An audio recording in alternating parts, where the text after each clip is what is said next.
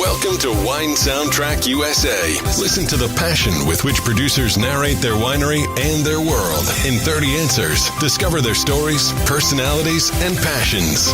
Hi everyone, this is Allison Levine, and today I'm with Jason Martin from L.A. Wine Project, and we are at the Garage East Festival, which features small producers from throughout California. So welcome, Jason, and tell me a little bit about you and your project. Well, thanks for having me. It's great to have a chance to talk to you. Yeah, so I am a small producer right now, focused exclusively on making California rosés. So we don't make red wines, we don't make white wines, we make pink wines, and that's it. And that's all we want to do. Quite simply because nobody else is doing it. In tasting through North America, going to tasting rooms all over the place, the one insight that came out of that experience was you go into a tasting room and they pour you their 8 reds and they pour you their 8 whites and they tell you a complex terroir story.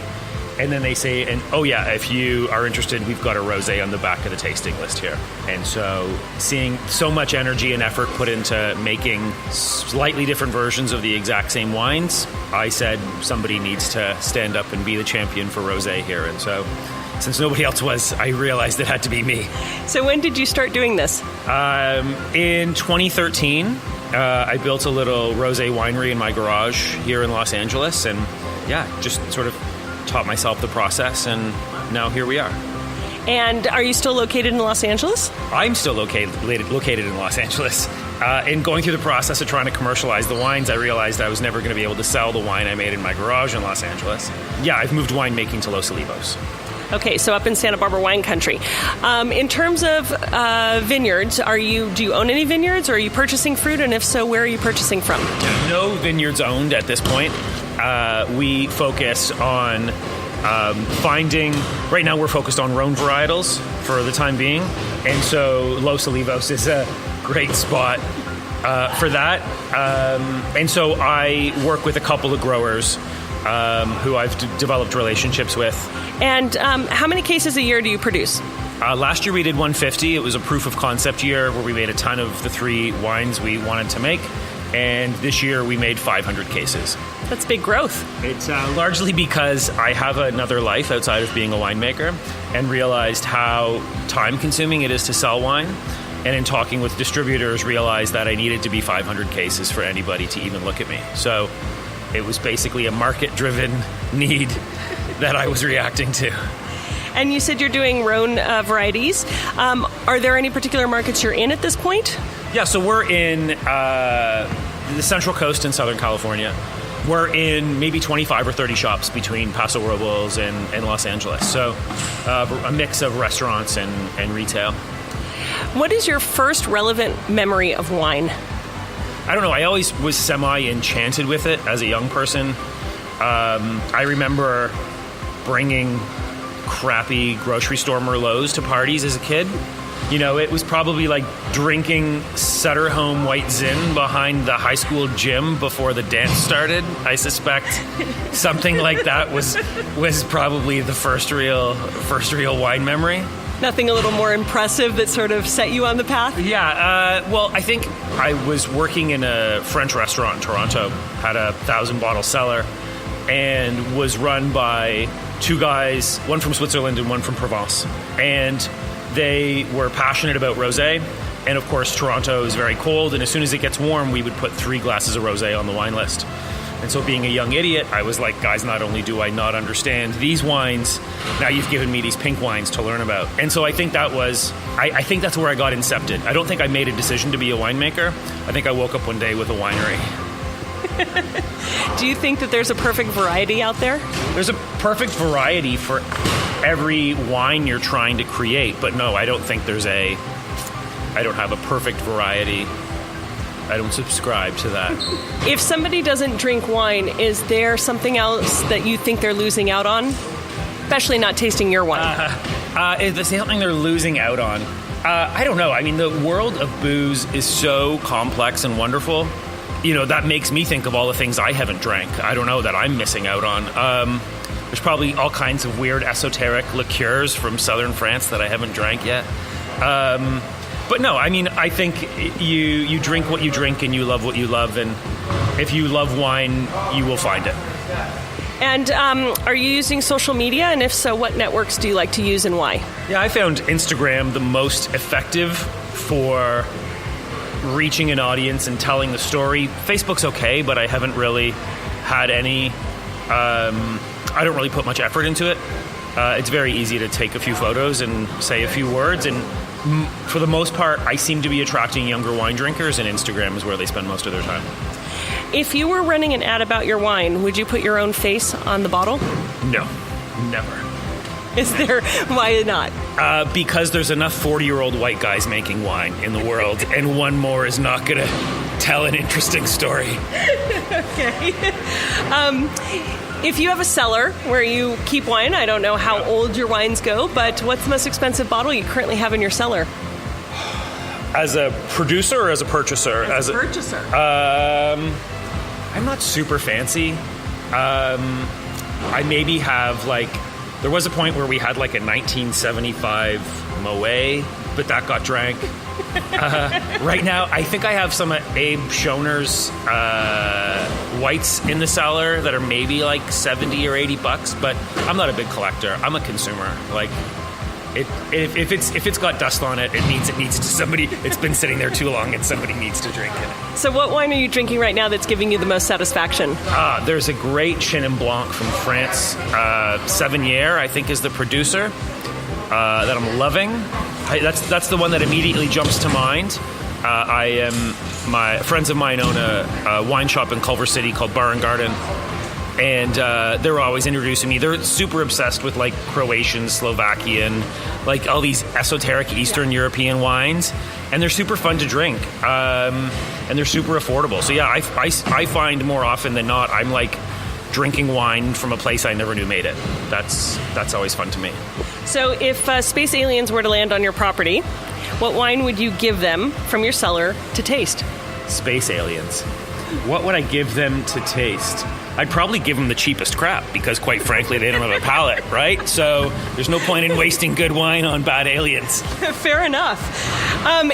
When you're traveling the world abroad, what is the best foreign wine you've ever drunk? And what's the worst one? Oh, well, I mean, I'm a bicycle racing fan, and so I've spent a couple of summers in southern France chasing the Tour de France in a car, not on a bicycle. I often just love just shop whatever little shop I can grab some rosés from the heartland, and drink my way through those. That's always fun for me. I have admittedly an awful memory, so those things don't stick around for long. So they say that every vintage has a different story. So do you think, in your opinion, that there are more things that repeat themselves or the opposite? I think, I don't have the depth of knowledge that some might have to answer that more accurately. What I'd say, while I think that's true in California, the impact is really marginal. I think California wines, for the most part, swim through this great wide lane of good weather, and every so often, I think, this year we had a late start, obviously fires, etc., those things affect it. But, I think we're much less affected by the whims of Mother Nature here in California. So, truthfully, I don't see it, but I believe in other parts of the world it's totally true. What's your opinion on wine critics and scores? It takes me to this idea of we all learn things in different ways, and kids go to Montessori school so they can, explore the way they learn. And for some people, scores and critics are a really important way to decision make. My favorite way is to walk into a bar and go, pour me the weirdest thing you've got. Pour me the thing that nobody drinks, because I want to taste that. So that's sort of the way I go about the world, but I think that they serve a purpose. It's just not I don't think they serve a purpose globally and broadly. So a few consumer opinions on how you feel about wine. Sure. White, red, or rosé? The obvious answer is rosé. I bring a special, unique bias to that. But truthfully, I think it's, go where the day takes you. Drink drink what you want to drink. Don't worry about pairing. Don't worry about weather. Don't worry about, sommelier's recommendations. Just pick up something and drink it and figure out if you like it or not. Okay, if you had a choice between still and sparkling wine? I mean, sparkling's always just so much fun, isn't it? I mean, I drink 95% of the wines I drink are still, but some of the most delightful ones have bubbles. And of those bubbles, champagne or from somewhere else? Oh, from anywhere. It could be pet nat made in a sock in somebody's bedroom. And sometimes it tastes like they are. But it doesn't really matter. I love champagne. Obviously, they do a great job at making champagne in France. But they also have become really formulaic at it. So if you want a predictable bottle of bubbles, go buy a great French sparkler. But yeah, don't be afraid to go drink something else. So have you been rebellious and broken the rules and had red wine with white wine with red meat? Absolutely. I mean, I think that I wouldn't go and drink a Zin with a piece of sea bass, but I certainly have, Beaujolais and Pinots with salmon are not verboten where I come from. A nice big fat Marsanne with a steak, to me, that is a great pairing. Making me hungry. So we've all drunk a little too much in our business here. And do you have any special remedies for hangovers? Well, there's two ways to do it. One, we keep Himalayan sea salt suspended in a jar of water that sort of keeps, without getting into the chemistry of it too much, salt can only dissolve so much, right? So it creates this solution.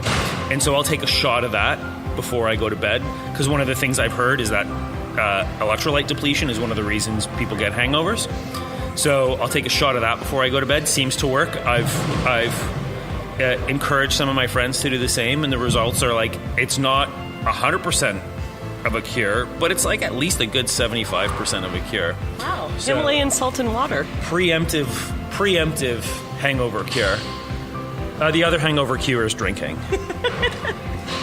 I've ascribed to that one. I'm going to try Himalayan salts and water. Okay. Do you have a favorite film dedicated to wine? I'm not going to say the guy's name right, but Rudy Kurniawan, who did all of that great... Fraud. That's the word I'm looking for. I thought that was really fun and interesting because of the level of dedication he had to fakery. Like, he turned it into real art and science. I'm a sucker for anybody with a good case of OCD. And so he seemed to have a particular affliction that I found really entertaining. Of course, the movie Somme was a fascinating look at people who have to memorize much more than doctors do and yet make a fraction of the money. So I think it was an eye-opener in terms of what people go through to prove they can memorize the world. Very true. So some people read tea leaves and they read what's at the bottom of the cup. If you could read what was at the bottom of red wine glass, what would you want it to say? Are you sure you're done? Okay. So when you were little, what did you want to be when you grew up? Oh gosh. I think I probably wanted to be all of the things little boys want to be, Superheroes, adventurers, pirates. I have an older brother who I shared a bedroom with, and he was really creative. And so I was very heavily influenced by just creativity in general. And so I think that's where I'm, I guess, to a certain degree, following that childhood dream, because I sort of pursue creative things, but I think that's probably the closest version. So I know you said that you have chased bike riders around France by car. What else do you do when you're in your free time? Having a house always, and you're probably catching my Canadian accent there, having a house always fills up your free time with a long list of to-dos. So that takes care of a big chunk of my spare time. I'm currently building a set of stairs up a hillside, which, you bite off more than you can chew on a fairly regular basis. But yeah, we've also got a dog, so I'm, taking the dog to the beach, getting outdoors, being active, trying to, constantly burn off all the calories I'm putting in my body, trying to do something active. But yeah, like I'm an arts and culture guy, so it's, going to galleries, going to shows, seeing movies, eating great food, exploring L.A., sailing boats. In addition to sailing boats, any other sports? Well, I used to do a lot of cycling, but I realized I was never going to give up the drinking and smoking that I would need to really take it seriously. Used to be a rock climber.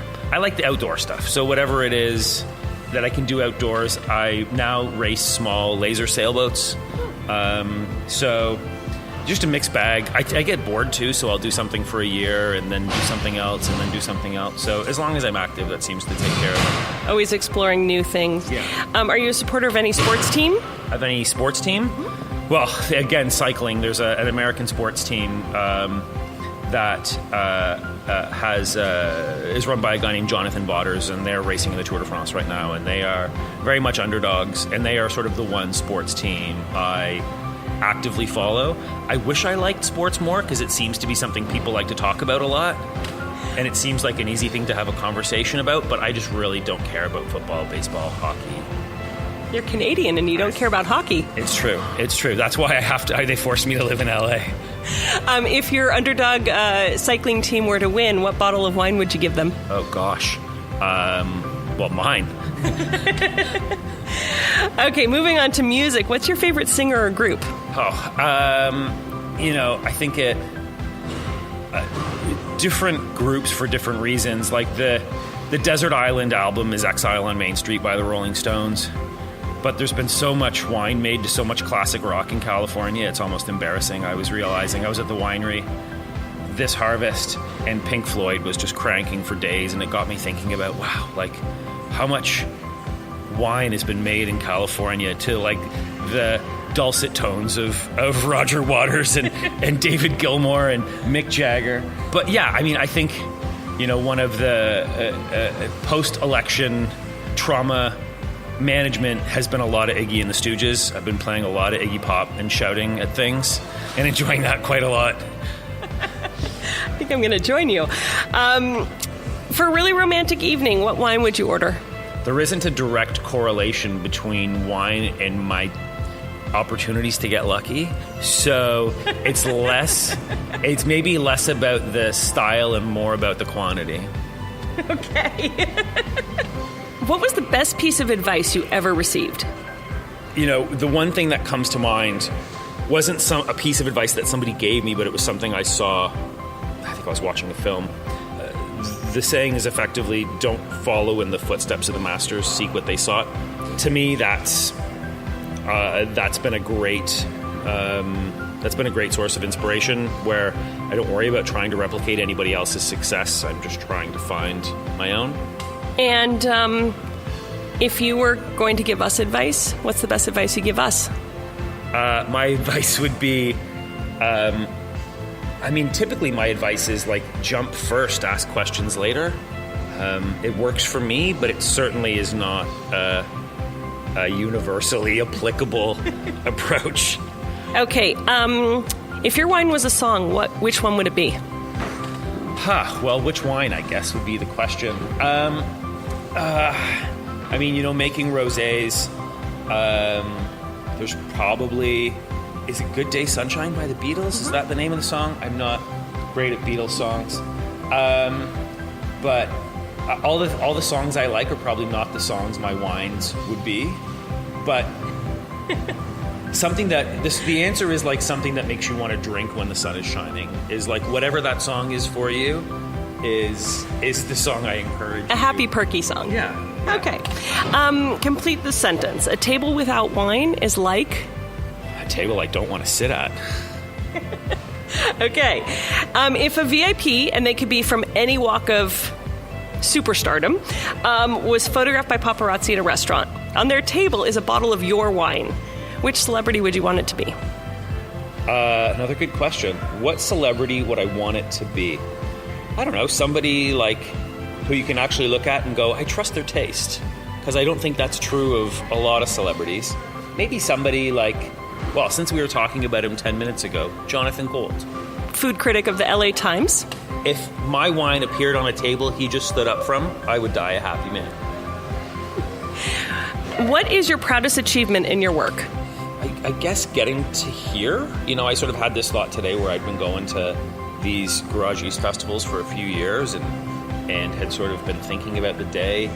So, maybe doing something like this is a proudest achievement, but I don't know. Like when you're in the trenches, it's hard to be proud of, I don't know. I guess I'm happy that we've gotten this far. Yeah, I don't know. I don't have a great answer for that one. What do you think people will be drinking in the year 2300? Well, I think the French, Italian, and Spanish will still be trying to convince people to drink wine that's been made the same way for 4,000 years. But I'm excited about like what kinds of spirits people will be making. There's a guy here in L.A. who's making vodka from oranges. There's, I think that whole world. I just did a trip to Oaxaca in the spring and fell in love with mezcal, and I don't know, like how far away is that away? 80 years? Yeah. 80 years? Hopefully everybody will be drinking my wine in 80 years. And do you think they'll be drinking in 2,000 years? Well, we'll be drinking something, unless, you get drunk by an entirely different means at that point.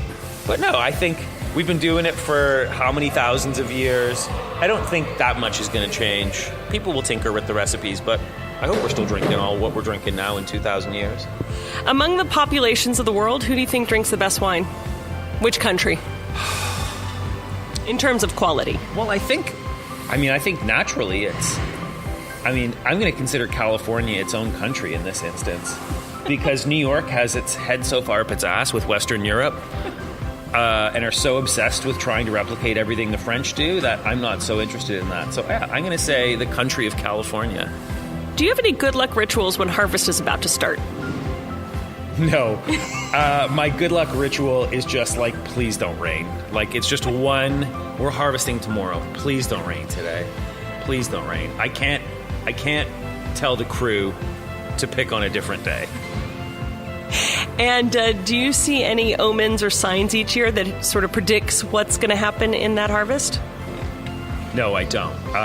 Truthfully, I pay less attention to the weather and more attention to the reports the growers are sending me. Like I look at the data and go like, are we good? Everything else happening is sort of superfluous noise to me. I look at the numbers. I'm like, are we where we want to be? Then let's go.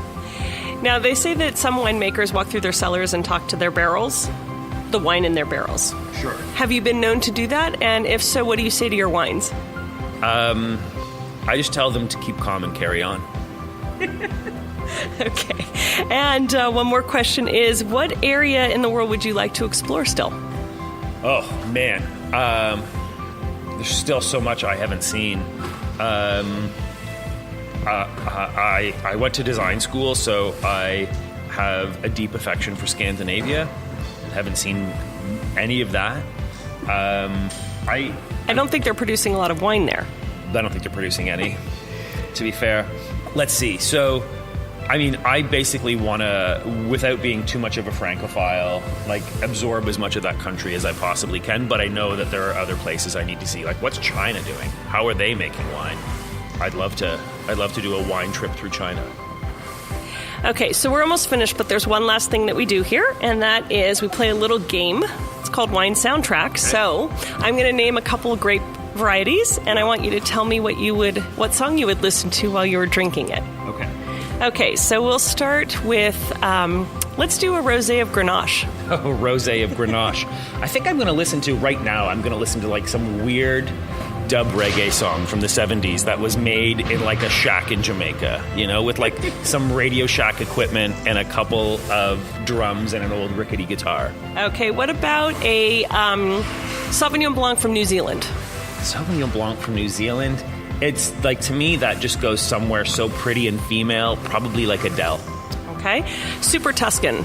Super Tuscan. Well, I'm probably going to listen to... that's like Martin Scorsese territory for me. So, like, whatever he would... he's obviously going to play the Rolling Stones, but they're not the right answer for a Super Tuscan. I feel like it's like some weird esoteric one-hit wonder from the late 60s. Okay. California Zinfandel.